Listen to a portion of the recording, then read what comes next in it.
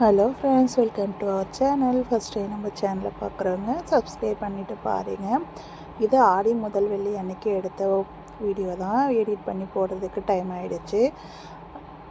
அன்றைக்கி காலையில் எழுந்திரிச்சிட்டு பாப்பாவை ஃபஸ்ட்டு ஸ்கூலுக்கு அனுப்பிச்சி விட்டுட்டேன். ஏன்னா அதுக்கப்புறம் நம்ம ஃப்ரீயாக வேலை செய்யலாம் அப்படின்றதுனால பாப்பாவை ஸ்கூலுக்கு கிளப்பி அனுப்பி விட்டுட்டேன். அதுக்கப்புறம் குளிச்சுட்டு ரெடி ஆகிட்டு வாசப்படி எல்லாம் மொதல் நாளே நான் கழுவிட்டு எல்லாமே கழுவி ரெடி பண்ணி வச்சுருந்தேன். காலையில் எழுந்திரிச்சிட்டு வாசப்படி மட்டும் தொடச்சிட்டு மஞ்சள் தடவி மஞ்சள் குங்குமம்லாம் வச்சுட்டு இந்த மாதிரி அரிசி மாவில் கோலம் போட்டுடலாம் அப்படின்னு சொல்லிட்டு கோலம் போடலான்னு எடுத்தேன். அதுக்குள்ளே நம்ம ஏற்கனவே நான் இது சமயபுரத்துக்கு போயிருந்தப்போ நான் வாங்கியிருந்தேன். அங்கேருந்து வாங்கிட்டு தான் சரி இதை வச்சு இன்றைக்கி போடலாம் அப்படின்றதுனால ட்ரை பண்ணி பார்த்தேன். நல்லா தான் வந்துச்சு. அரிசி மாவு தாங்க இது. நல்லா நைஸாக சூப்பராக இருந்தது. ஃபேன் காற்றுல வேறு இந்த தண்ணி போயிட்டு இருந்துச்சு, பறந்துகிட்டே இருந்தது. கோலம் போட்டு முடிச்சுட்டு அருகாப்பிடிக்கு பூ வச்சுக்கோங்க.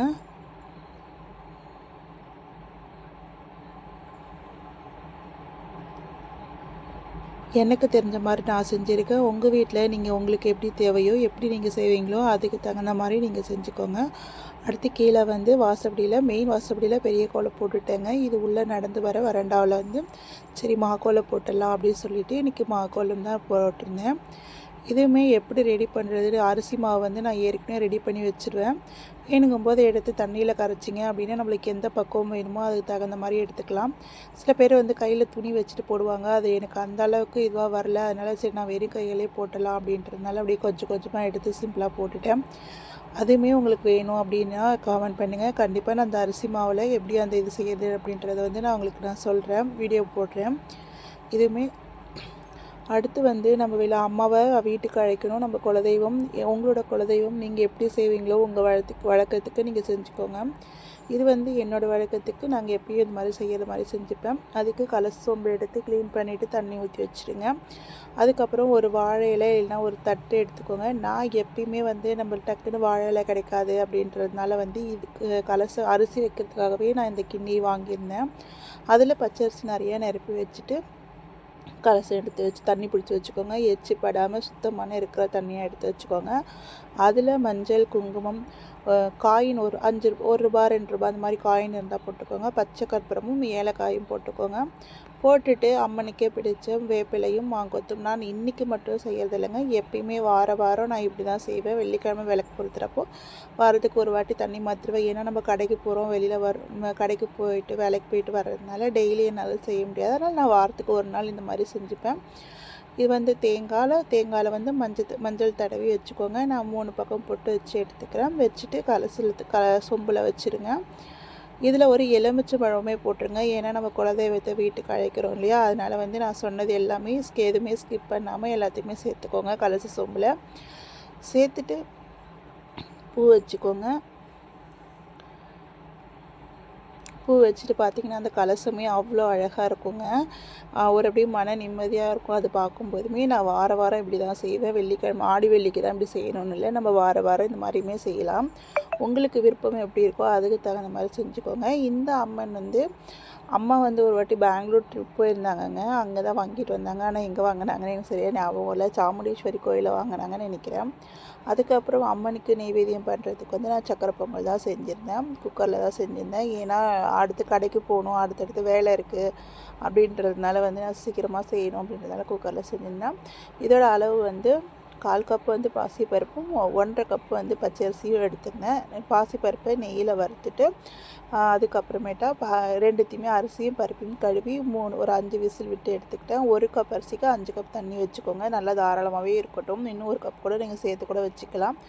வச்சுட்டு நல்லா வேக வச்சு 3 விசில் விட்டு வேக வச்சு எடுத்துகிட்டு நான் வெள்ளம் சில பேர் கரைச்சுமே சேர்ப்பாங்க.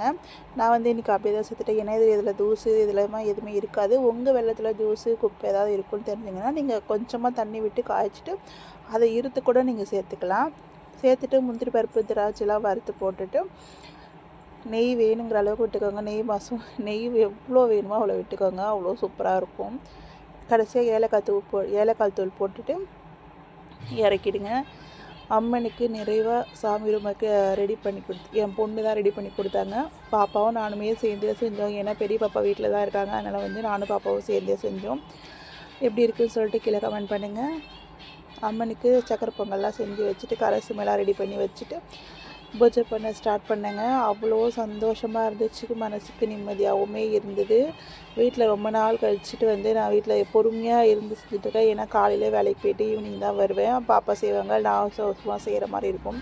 இன்றைக்கி சரி கொஞ்சம் லேட்டாகவே போகலாம் அப்படின்னு சொல்கிறதுனால பொறுமையாக இருந்து எல்லாமே ஒன்று ஒன்று பார்த்து செஞ்சது. ஆடி வெள்ளிக்கிழமை அதுவும் அம்மாவை வீட்டுக்கு அழைச்சி சாமி கும்பிட்டது ரொம்பவே சந்தோஷமாக இருந்துச்சு மனசுக்கு. இந்த மாதிரி அதனால் வீடியோஸ் எல்லாம் பார்க்குறதுக்கு நம்ம சேனலை சப்ஸ்கிரைப் பண்ணிவிட்டு உங்கள் ஃப்ரெண்ட்ஸ் அண்ட் ஃபேமிலிக்கு ஷேர் பண்ணுங்கள். உங்கள் ஃபேமிலியில் எங்களோட ஃபேமிலியும் சேர்த்துக்கோங்க, அதுக்கு ஒரு சப்ஸ்கிரைப் பண்ணிக்கோங்க. அடுத்தடுத்த வீடியோஸ் என்னென்னன்றதை நான் அடுத்தடுத்து அப்லோட் பண்ணுறேன். நீங்களுமே உங்கள் வீட்டில் எப்படி சாமி கூப்பிட்டீங்க, என்ன பண்ணீங்க அப்படின்றத வந்து கீழே கமெண்ட் பண்ணுங்கள். மறக்காமல் நம்ம சேனலை சப்ஸ்கிரைப் பண்ணிக்கோங்க.